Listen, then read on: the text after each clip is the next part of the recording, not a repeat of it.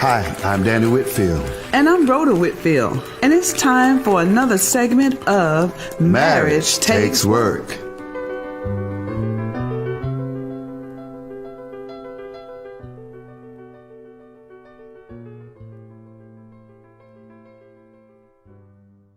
Hello, and welcome to another segment of Marriage Takes Work. When Danny and I became engaged, my aunt told me not to have disagreements over finances.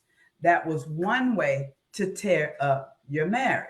In spite of the fact that you may love each other, it did not matter. So this month, we want to have three topics that we're going to be discussing on finances that can impact a marriage. With that being said, we have a great topic for discussion today, along with our weekly guests, Elder Darrick and First Lady Takia McGhee. How are you all doing? Great. Good. Yeah. Awesome. Wonderful. A critical issue in marriage, especially early part of the marriage, it's money. It's finance. In marriage, money is not just about numbers. Money represents emotions, beliefs, and behaviors, which are all very personal to a husband and a wife, and both come from different backgrounds and may not think on the same way or the same level.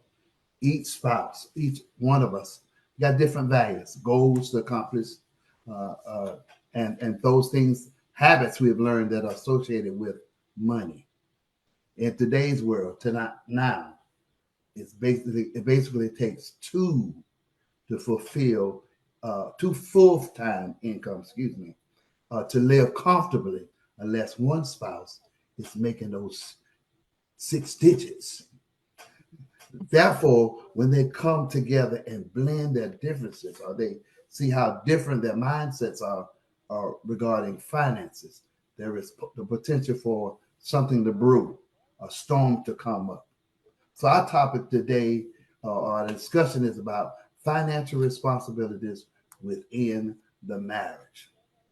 So let me ask this question: When you both got married, did you find yourselves on the same page with your finances, or on a totally different page regarding budgets and spending? And what do you think would be the best or the most logical way to deal with a person that does not know how to budget and manage money? Well, I'll go first. Actually, our conversation with money started before we got married.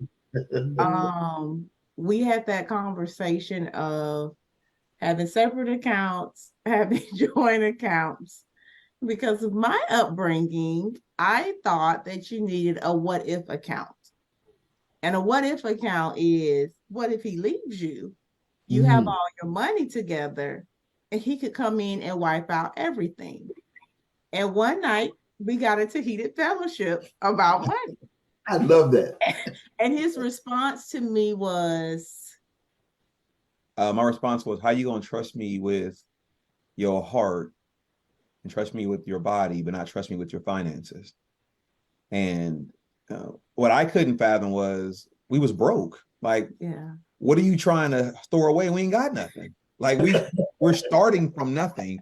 What do you mean? What if? And I mean, and she was adamant. She was very adamant about, I need to have this account. Like it was ingrained in her. And I was so offended because it was like, I never thought money was going to be the issue, really, because there was nothing. But she had these scenarios laid out, or what if this happened? What if this happened? And I finally just said, listen, we shouldn't get married. Like if you're already preparing for all these, like none of these things have crossed my mind. How do you trust me with everything else but finances? And I kind of just left it there. And we ended the conversation, I think, but I just left it there because I really was, it was the one thing I never thought was going to be a bone of contention in our relationship was going to be money, because we really were building literally from nothing, building everything together. And so, and I said this to her, like she had more to lose in the beginning than I did. right? Like I didn't have anything to offer. I mean, she was picking me up from my apartment, taking me to work, picking me up from work. I didn't have anything. So if anything, you have more to lose than I do in this regard. But it was when we had many conversations about finances, that I found it very, very interesting. And it also add the friends we had at the time were no better, right? Because none of them can actually give sound counsel. And so I would even insert at the very beginning to people, you need to be careful about who you go to for counsel in these marital conversations, marital matters, because sometimes you can go to good people, they can give you bad advice. Right. Yeah. Very, very, very true. That I can say when I came in, like you guys, I had nothing. I had nothing. I just felt sometimes when I did have something, there was a hole in my pocket. It would go right out. Right? Mm-hmm. But I had to learn some things, and I learned it from this lady, right here. How, find what was my financial responsibility, when it came to what we do around the house. So we had to work that thing. I'll say the difference, when we got married, we were just like y'all. We were on ground zero. Matter of fact, I think we might have been 5 below. We might have been 5 below. We were not ground zero. We was under the ground, and we were trying to dig our way out. Yeah. But we never had a problem with setting up one account because that's all we knew. Yeah. Everybody that was married always had one account. Okay. And it seemed like as we came in contact, let's say 10 years after us, that couple started talking about, well, are we going to have it? You started seeing changes. Mm-hmm. But we are still in the same account from 1980. 43 years later. Yeah. And we've never had a separate account. We always had that one account.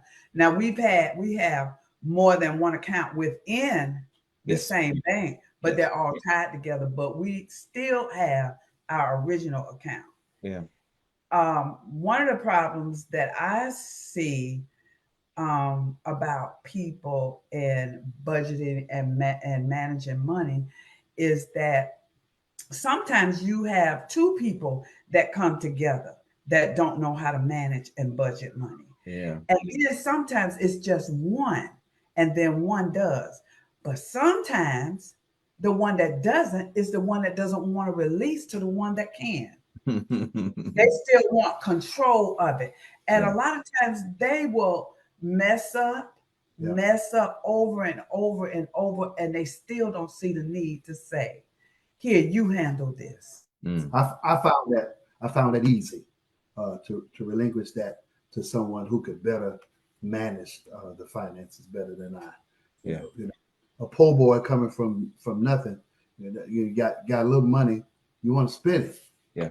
Yeah. But I do have Bert Lance here, who he's a true budget director. Yeah. But in the process of that, I learned some things from her. Yes. And so it was not a macho thing for me to say, "Oh, I'm the man of the house. Let me do it." No, right. I knew that was a strength for her. Yeah. And so it was weakness for myself. So I said, let's go that route. Yeah, that's how we do it. I mean, it's Kia handles. I mean, she is anal may be offensive. I don't mean to be offensive, but she's anal about it. I mean, like she literally, she's tracking people down. Like, why you ain't cashed that check yet? Kia, don't hold my checks. They go, hold on, like, what are we doing now? Don't do it. But there's also a peace, right, that comes with it. Amen. There's absolute peace that comes with it, and I think there is a. Again, I can keep emphasizing, like, we didn't have anything. I didn't have anything started out. I mean, Takia's from Tallahassee. I'm not, right? So, when I say she had more to risk than I did, I mean, she could always fall back on family if that was necessary. But it's as we finally got beyond the conversation about joint accounts, we just kind of we set sail together. but she's always been handling, been primary in that regard. And I've always had peace about it. You know, I've never worried about money coming up missing and things of that nature. Like that's not a worry, but she's always been in that regard. And there's a peace that comes with that. And, you know, it's a trust factor. Right. But I think like he's physically conservative. He's not bad with money. So if I turn the checkbook over to him, I know that he could handle it as well. Yeah. It's just him like saying, Kia, I'm just gonna let you handle it. Because I trust you at this point with the money. But I can remember after we first got married, I used to like shop like really bad. And he would be like, well, Kia, was that necessary? And then I was getting defensive because I'm like, I work every day. Like, why are you checking me, sir? I'm your wife. I'm not your daughter. But then on the back end, I could see what he was saying. But it's like Mr. Whitfield said, when you come from almost nothing, any little thing you got like, okay, I'm going to go to the mall and get this. Oh, it's just $20, but $20 adds up over time. Yeah. Absolutely. Well, I'm going to go back to your segment, Conversations with the Covenant Brothers. Okay. You use this term, bivocational. Yes. And were all the other pastors, are they, working under bivocational as well? Yes, ma'am. Okay, so I think this is important for us to talk about as husband and wives because, you and Danny both being in ministry. Let's talk about that as far as, as a pastor, being on the church's payroll. Would you really want that to be your only income? I would not. Absolutely not. So I have, even though I didn't come from a blueprint of financial, stewardship or financial empowerment, I've always been a believer of multiple streams of income. And I still do to this day.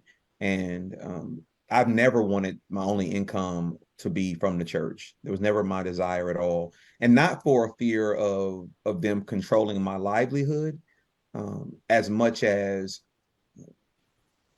I guess from my scenarios is I've been around churches where that church struggled to meet the needs of that pastor. Circumstances arise. They can't provide every week, every month, whatever that arrangement is. But I've also seen it where that church has actually held that pastor hostage in that regard. I didn't want that. Also, I've been blessed from college, right? My first job post-college, I was already in ministry. I've never only made money from church or things of that nature. And so the pastors that I'm the closest with, they're also bivocational. And we have this conversation. Each of us, we're in different contexts based on our church situation. For the longest, people don't understand this, for the longest, we plan at BBC, but for the longest, I wouldn't take anything from the church. They were trying to put me on payroll, and I fought it off for many, many years, did not want it, because I felt like that money could be better used in that regard. But I've always, from the beginning, I always said I did not want that to be my only income. And that's I still hold fast to that. I'm grateful for it. Don't get me wrong, but I did not want that to be the only income at all. And there's some pastors, buddies, colleagues I have where that's all they have. That's it. No other income whatsoever. And to me, especially in 2023, that's a challenge because anything can happen. I mean, I noticed some churches that struggled during COVID, right, where revenue's coming in low, and now you're trying to just make ends meet, and let alone everything else. That situation. Yeah, and I've experienced things in the past where, at one point, a church was doing what they were doing for the pastor, and then when things kind of shifted, the membership went down. People started leaving for whatever their reasons. Things got tight for this church. Yeah. And so even though the pastor was still expecting what was promised, they were not in a position to do it. Correct. And that was his only source of income. Yeah. How you feel? Well, my first day of seminary, my very first day, my professor, Dr. Percy Johnson, made it perfectly clear. He said, "Let me say this to you, seminarians. that as pastors, you ought to be bivocational. Wow. He made that known to everybody in that class. And I said, okay. And then listen to Darrick. A lot of times, because you're not bivocational, the church is solely your income, you do become hostage. Mm-hmm. Because they're looking at everything about you. Everything. And therefore, it may stifle, first of all, the word that you bring. Yeah. Yes. How you discipline. Yeah. All of those things come into play. But if I'm bivocational, when it comes contrary to the word of God, then I can say, smooth sailing, I wish you well. That's right. And move on to Mississippi. So I encourage pastors to be bivocational. And let me just also insert quickly, if we are readers of the Bible, the disciples had occupations, right? Mm-hmm. They did other work, tent makers and tax collectors and things of that nature, right? It's important to understand, even after Jesus had risen from the cross, right? Some of the disciples went back to their old occupation of fishing, where he met them at, right? And so we have to understand, I agree with Dr. Johnson, like it's that. And again, for me, I saw it from both ends. I saw it from ends where, especially growing up as a child in church, where I watched the pastor literally have his hand in the offering plate. Like, he took his money out of the offering plate. He didn't have a chance to count the regular money. He took his money out and made sure that he got it. When churches were struggling to pay the light bill, he was still getting his and things of that nature, and was demanding, increases every year, regardless of membership changes. And I watched those churches struggle tremendously, but I also watched, how those families struggle when that church began to, again, hold them hostage in that regard. And it's you can do so much more for the kingdom, when you're bivocational. I just believe that. Yeah, I think you have a different mindset. Yes, absolutely. It's a totally different mindset when you're bivocational. Mm-hmm. As a wife, I appreciate the fact that my husband is bivocational. And like you said earlier, Darrick, it's good to have more than one stream of income. Right.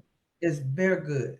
Right. There's a lot more you can do. You don't know what's going to change at that church. And if it changes, things going to change for you. It's going to change for you, like it or not. Yeah. Mm-hmm. Yeah. So let's go to this next one. Rhoda and I are old schoolers. We consider the old schoolers. And we remember well our humble beginnings from which we've come. We've always consolidated our salaries into one joint account because we believe our money went further together than separate. We never experienced any problems with that in the 43 years that we've been together. I recognize and accept that people do things different from us. We're living in a new age now. Mm-hmm. And I never impose how we handle our finances on any of the couples that we counsel or who ask for our advice, because every household is different, yes, sir, from the other. So what are your thoughts about that? Well, I guess we're old schoolers too. Because we never had like separate accounts. I think we actually joined our monies before we got married. Yeah. My thing is we're better together. So if it's all going in one pot, it looks better together big than I got this over here, you got that over here. Now, some couples now, we tell them, when we talk to them in marriage counseling, find your flow. Hey, this is what we do, but you got to find your flow with your finances in your household. Yeah. I mean, there was a point early in our marriage where, Kia made more than me. And someone asked me how I felt about it. I'm like, I don't feel nothing about it. Like it goes in the same account. Like we're living off of this. Like my manhood isn't threatened by this at all. Once we got over the initial conversations and our engagement about finances, we got to an agreement. I mean, we've never looked back. It's always like you mentioned, we have other accounts that feed off of the major account, but we've been in the same account from day one together. And we probably had family members or even some friends who probably have raised eyebrows, but again, that's their situation. My logic is this: there's some couples where the husband pays these bills, the wife pays these bills that work for them, but if them lights get cut off, y'all both in the dark, That's right? right. Come on, So come on. that may be logical for their situation. I'm not here to judge that. For us, the reality of it all is that we're in this together through it all. And so I don't, if I'm worried about my wife mishandling money, there's a bigger issue in our marriage than finances. And so we got to resolve that matter. But when I proposed to her, I wasn't looking back. So I'm not worried about those type of things at all. But also just upbringing, right? I didn't come from a family that made a lot of money at all, right? I came from a family who really robbed here to pay Paul. And so Hello. for me, I've always been afraid of going back to poverty. So I'm always mindful of savings, of investments, life insurance, things of those nature, trying to make sure we're doing right by. Not only we have kids, our son's 17, making sure we taught them right about financial stewardship. That's where my mindset is. But it's always been us jointly doing it together. And then not trying to let outside voices speak to what we do, but also understanding in today's time, people are doing things a whole lot different. They are. Absolutely. They are. How we do things, and it And sometimes I have to bite my tongue because that's their way of doing things. I'll insert this. At one point in our marriage, the Lord blessed us. We sat down, had a conversation, and we started to make a decision that we gonna invest one of our paychecks solely into savings. Right, we're gonna live off of one person's salary, and the other one's gonna go toward investments in salary. That works for us. I mean, I work for someone else, but whatever we do with our finances, we're sitting down having conversations. Even for me helping somebody else out financially, nobody says yes without both of us sitting down having a conversation and agreeing to whatever we're going to do, including the amount we're going to give. If we can't come to an agreement, the answer is no. Gotcha. Amen. That's all right good. now. And at least there's some communication going Yes, on 100%. between the two of you before those decisions are 100%. made. And that's very important in a relationship. But yet still, there are some men who get bent out of shape. You do. Because of that. Yeah. It's something that you would say what you did about at one point Takia made more money than you because that's another question that I wanted to touch on, how some husbands feel that when the wife makes more money than them, that they're not the head of the household. But, we were having this discussion and I was like, whether she makes more money than him does not constitute or dictate that he's not the head of the household, because the man of the household should be the spiritual head. And that has nothing to do with money. Come on now. Come on now. I agree with that 100%. What's your thoughts? Well, go ahead, Sugar No. Mama. That's how I thought about it. Listen, hey, I'll let you lead. Hey, I have no problem with that. I think, like I said, we're old schoolers, so I feel like it only becomes a problem when you have these separate accounts. Like you pay this, I pay this, because I feel like this is just Takia. I feel like when you do that, someone is going to always come up short. Somebody is always going to have greater left. And then it comes down to when you have kids, how are we handling them? Like who's making sure the kids have what they need? Well, you make more, so you need to handle that. So yeah. And Kid and I started out as friends. And in our friendship that built to what it became, we talked a lot about goals and aspirations and dreams. I've always been a big dreamer. I always talked openly about what I was believing God for, right? So that's always been a part of my nature. And so I never looked at her making more than me as a threat to my manhood. If anything, I was always one cheering for her, saying, do you make that? I'm proud of you. Never threatened by that at all. And I think for men, if your wife making more than you is threatening to your manhood, that's a you problem. That's not a her problem. Yeah, absolutely. That's a you problem with you in the mirror trying to ask yourself, what's wrong with me? That this is a problem for me. Why am I threatened by the one I should be living with and growing with? And I've never had that problem at all. Now, granted, I come from a bloodline that would have had serious issues with that. Thank God, freedom and liberation. It's never been a problem for me at all. I'm now in this season of our marriage where she'll tell you, I'm trying to push her to spread her wings and trust God to do more and not be content in that regard. But brothers, I challenge any brother, man, encourage your wife, push your wife, tell her. The last thing I would say too is I always say it's the Kia. my motivation has always been simply this. If she came home one day to me and said, Darrick, I don't want to work anymore, I want to be able to say, okay, come home, versus, but baby, you got to keep working. We can't afford that. And so for me, she's working because she wants to work, not because she has to work. That's always been my motivation and my mindset. And that's not me negating what she's doing as much as I want her to know that I take pride in taking care of our household. And so if she decides I want to pursue something else, I want to leave my career, we're going to be okay because we've been wise about our finances. Right. That's good. That's good. That's good. All right. Well, we are at that part of the day. Man. And as we close this segment, we really and truly hope that you all have gained something for it. But we want to let you know how you can reach out to us. You can inbox us at Danny and Rhoda Whitfield on Marriage Takes Work. On Facebook, you can email us at marriagetakeswork2016gmail.com. Now do us a favor and share this broadcast with your friends, married and single.